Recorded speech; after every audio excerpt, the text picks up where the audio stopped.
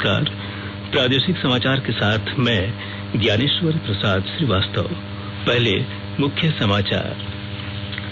प्रधानमंत्री नरेंद्र मोदी देश में कोविड से संबंधित मुद्दों और टीकाकरण की समीक्षा के लिए इस समय एक उच्च स्तरीय बैठक कर रहे हैं। राज्य में 45 वर्ष से अधिक उम्र वालों के लिए आज से विशेष टीकाकरण अभियान शुरू। रोजाना 1,50,000 टीका लगाने का रखा गया लक्ष्य। झारखंड में तेजी से फैल रहे कोरोना संक्रमण को देखते हुए राज्य सरकार ने कोविड गाइडलाइन का सख्ती से पालन करने का दिया निर्देश। और ईस्टर का पर्व आज धार्मिक श्रद्धा और आस्था के साथ मनाया जा रहा है ईस्टर। और अब समाचार विस्तार से। कोविड मरीजों की संख्या फिर से बढ़ रही है, इसलिए सभी श्रोताओं से अपील है कि कोई भी कोताही न बरतें, सभी सुरक्षा उपायों का पालन करें और 45 वर्ष से ऊपर के सभी लोग बेहिचक टीका लगवाएं। सुरक्षित रहें और 3 आसान उपायों का पालन करें। मास्क पहने, 2 गज की दूरी है जरूरी, सुरक्षित दूरी बनाए रखें, हाथ और मुंह साफ रखें। प्रधानमंत्री नरेंद्र मोदी देश में कोविड से संबंधित मुद्दों और टीकाकरण की समीक्षा के लिए इस समय एक उच्च स्तरीय बैठक कर रहे हैं। सूत्रों ने बताया कि बैठक में कैबिनेट सचिव, प्रधानमंत्री कार्यालय में प्रधान सचिव, स्वास्थ्य सचिव और नीति आयोग के स्वास्थ्य सदस्य वीके पॉल सहित सभी उच्च अधिकारी मौजूद हैं। कोरोना संक्रमण की बढ़ती रफ्तार को देखते हुए राज्य सरकार ने टीकाकरण अभियान को तेज कर दिया है। इसी कड़ी में आज से राज्य भर में 45 वर्ष से अधिक उम्र वालों के लिए विशेष टीकाकरण अभियान शुरू किया गया है। इस अभियान के तहत रोजाना 1,50,000 लोगों को टीका देने का लक्ष्य रखा गया है। विभागीय सचिव के सोन ने इस संबंध में सभी जिलों के उपायुक्तों को पत्र भेजकर कहा है कि 4 से 5, 7 से 8, 10 से 11 और 13 से 14 अप्रैल तक विशेष अभियान चलाया जाएगा। इस बार यह टीकाकरण अभियान पंचायत स्तर पर चलेगा। लाभुकों को केवल आधार कार्ड लेकर टीकाकरण केंद्र तक जाना है। झारखंड में पिछले 24 घंटे में कोविड संक्रमण के 873 मामले सामने आए। इन्हें मिलाकर राज्य में कोविड रोगियों की संख्या 4,613 हो गई है। राज्य में संक्रमण तेजी से फैल रहा है। स्वास्थ्य विभाग ने संक्रमण पर नियंत्रण के लिए कोविड दिशा निर्देशों का सख्ती से पालन करने और नियंत्रण क्षेत्र बनाने को कहा है। एक रिपोर्ट। प्रतिदिन कोविड-19 के सक्रिय मामलों की संख्या बढ़ने के बाद झारखंड में कोविड-19 संक्रमण के फैलने की स्थिति बदतर हो रही है। अकेले रांची जिले में राज्य के आधे सक्रिय मामले इलाजरत हैं। वर्तमान में 2,622 सक्रिय मामलों का विभिन्न कोविड अस्पतालों में इलाज किया जा रहा है। रांची के 2 आवासीय विद्यालय के 26 शिक्षक और छात्र भी कोविड-19 की जांच में पॉजिटिव पाए गए हैं। राज्य के सभी 24 जिलों के जिला अधिकारी हाई अलर्ट पर हैं। नियमित आधार पर कोविड-19 की रोकथाम के लिए कंटेनमेंट और माइक्रो कंटेनमेंट क्षेत्र को चिन्हित किया जा रहा है। रांची में मेकॉन कॉलोनी सहित 6 आवासीय कॉलोनियों को सील करके कोविड कंटेनमेंट जोन के रूप में चिन्हित किया गया है। सार्वजनिक स्थानों, हवाई अड्डों, रेलवे स्टेशन और बस स्टैंड पर मास्क के बिना प्रवेश पूरी तरह से प्रतिबंधित कर दिया गया है। सभी प्रवेश बिंदुओं पर राज्य के बाहर से आने वाले यात्रियों में मेडिकल टीम कोविड-19 का परीक्षण कर रही है। राज्य में रिकवरी दर गिरकर 95.46% हो गई है। इस बीच राज्य के पुलिस विभाग ने सभी पुलिसकर्मियों को निर्देश दिया है कि वे कोविड-19 के प्रसार के बीच खुद का टीकाकरण अवश्य करवाएं। शिल्पी, आकाशवाणी समाचार, रांची। उधर धनबाद जिले में कोविड-19 से संबंधित किसी भी प्रकार की सूचना और सहायता के लिए कोरोना नियंत्रण कक्ष को सक्रिय कर दिया गया है। नियंत्रण कक्ष के दूरभाष नंबर 0326 355 0460 और 0326 231 3035 पर संपर्क किया जा सकता है। देश में अब तक 7 करोड़ 44 लाख से अधिक लोगों को कोरोना के टीके लगाए जा चुके हैं। कल इस अभियान के 78वें दिन 13 लाख से अधिक लोगों को वैक्सीन दी गई। टीकाकरण का काम इस वर्ष 16 जनवरी से शुरू हुआ था और पहले चरण में स्वास्थ्य कर्मियों को टीके लगाए गए थे। दूसरा चरण 2 फरवरी से शुरू हुआ, जिसमें अग्रिम पंक्ति के कार्यकर्ताओं को वैक्सीन दी गई। तीसरा चरण 60 वर्ष से अधिक उम्र के लोगों और विभिन्न रोगों से पीड़ित 45 वर्ष से अधिक उम्र के लोगों के लिए 1 मार्च से शुरू हुआ है। अब इस महीने की पहली तारीख से 45 वर्ष से अधिक उम्र के हर व्यक्ति को टीके लगाए जा रहे हैं। केंद्र सरकार ने कहा है कि स्वास्थ्य कर्मियों और अग्रिम पंक्ति के कार्यकर्ताओं के लिए कोविड टीकाकरण का अब से कोई नया पंजीकरण नहीं होगा। स्वास्थ्य सचिव राजेश भूषण ने राज्यों और केंद्र शासित प्रदेशों को लिखे पत्र में कहा है कि कुछ अपात्र लाभार्थी टीकाकरण के लिए इस श्रेणी में अपने नाम पंजीकृत करा रहे हैं, जो नियमों का उल्लंघन है। उन्होंने राज्यों और केंद्र शासित प्रदेशों से इस श्रेणी में पहले से पंजीकृत कर्मियों का टीकाकरण शीघ्र पूरा करने को कहा। श्री भूषण ने स्पष्ट किया कि 45 वर्ष और उससे ऊपर की आयु के लोगों के लिए पंजीकरण कोविन पोर्टल पर जारी रहेगा। उपराष्ट्रपति एम वेंकैया नायडू ने आज नई दिल्ली के अखिल भारतीय आयुर्विज्ञान संस्थान एम्स में कोविड के टीके की दूसरी खुराक लगाई। श्री नायडू ने उन सभी लोगों से जल्द ही कोरोना का टीका लगवाने की अपील की जो पात्र श्रेणी में शामिल हैं। उन्होंने यह भी आग्रह किया कि देश के कुछ भागों में तेजी से बढ़ रहे कोरोना के मामले को देखते हुए सभी को हर तरह की सावधानी का पूरी तरह पालन करना चाहिए। मधुपुर विधानसभा सीट के लिए 17 अप्रैल को होने वाले उपचुनाव के वास्ते अब 6 उम्मीदवार चुनाव मैदान में हैं। जिला निर्वाचन पदाधिकारी सह उपायुक्त मंजूनाथ भजंत्री ने कहा कि चुनाव मैदान में भाजपा के गंगा नारायण सिंह और झामुमो के हफीजुल हसन के अलावा 4 निर्दलीय प्रत्याशी अशोक कुमार ठाकुर, उत्तम कुमार यादव, किशन बथवाल और राजेंद्र कुमार हैं। इससे पूर्व उन्होंने चुनावी तैयारियों को लेकर प्रशासनिक अधिकारियों के साथ बैठक भी की।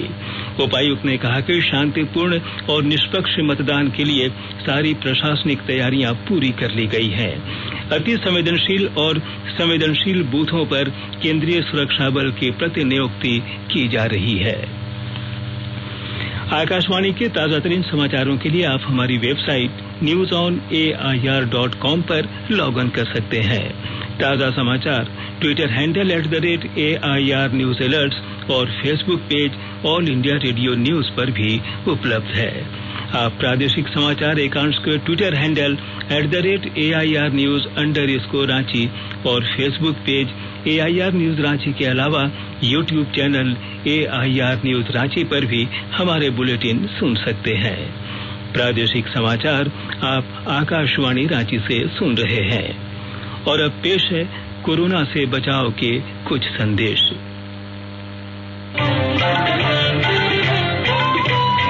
कोविड-19 से बचाव और सुरक्षित रहने के 3 उपाय। मास्क लगाएं, 2 गज दूरी है जरूरी, सुरक्षित दूरी रखें, हाथ और मुंह साफ रखें।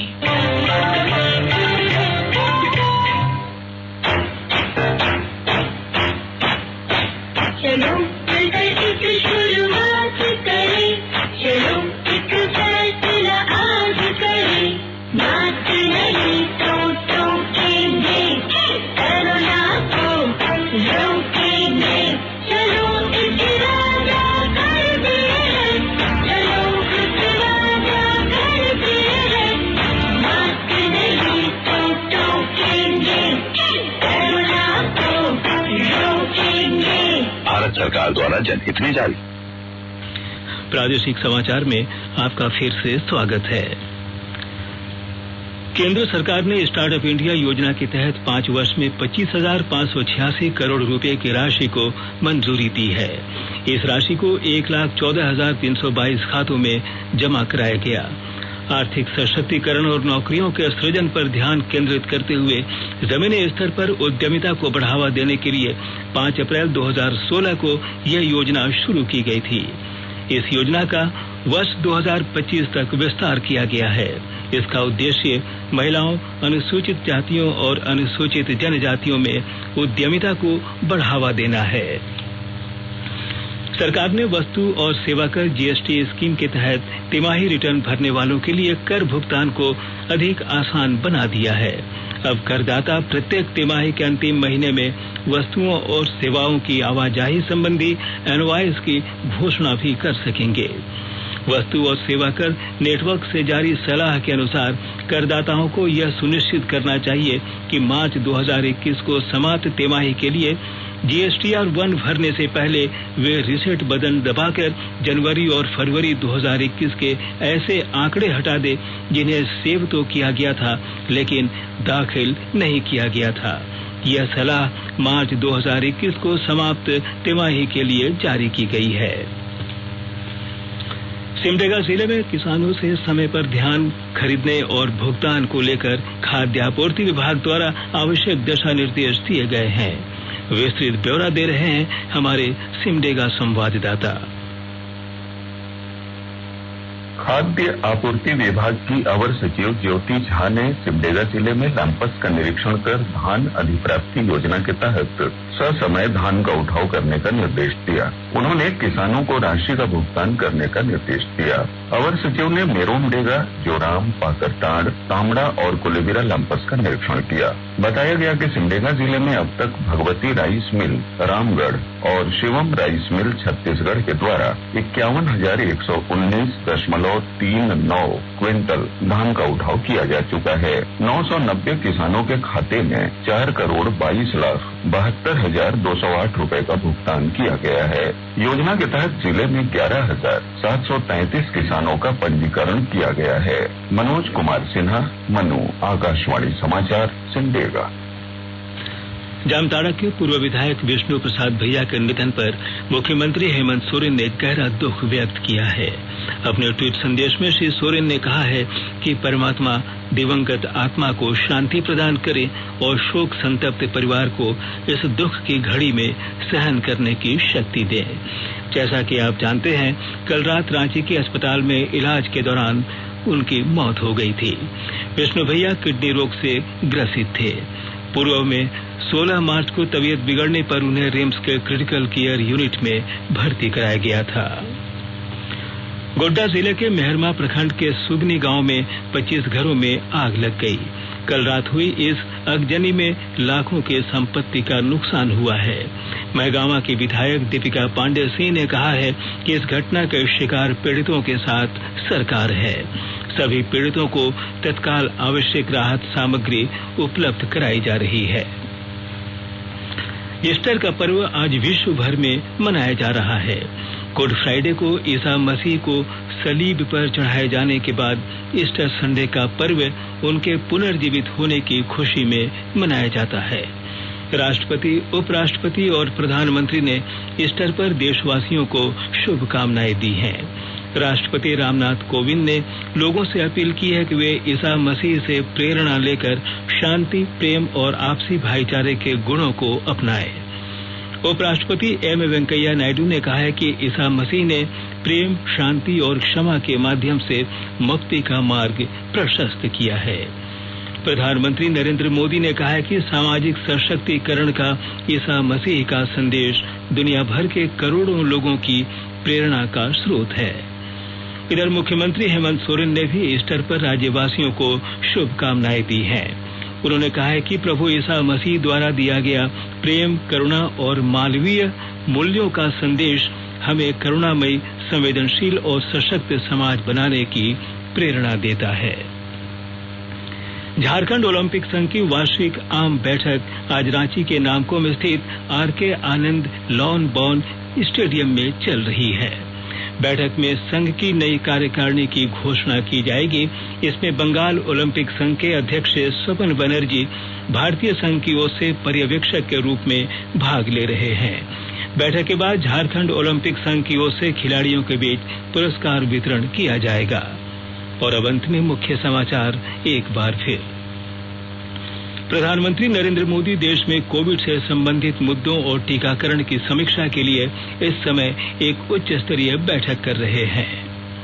राज्य में 45 वर्ष से अधिक उम्र वालों के लिए आज से विशेष टीकाकरण अभियान शुरू। रोजाना 1,50,000 टीका लगाने का रखा गया लक्ष्य। झारखंड में तेजी से फैल रहे कोरोना संक्रमण को देखते हुए राज्य सरकार ने कोविड गाइडलाइन का सख्ती से पालन करने का दिया निर्देश। और ईस्टर का पर्व आज धार्मिक श्रद्धा और आस्था के साथ मनाया जा रहा है। ईस्टर इसके साथ ही आकाशवाणी रांची से प्रादेशिक समाचार का ये बुलेटिन समाप्त हुआ। नमस्कार। घर में रहिए, सुरक्षित रहिए और सुनते रहिए आकाशवाणी।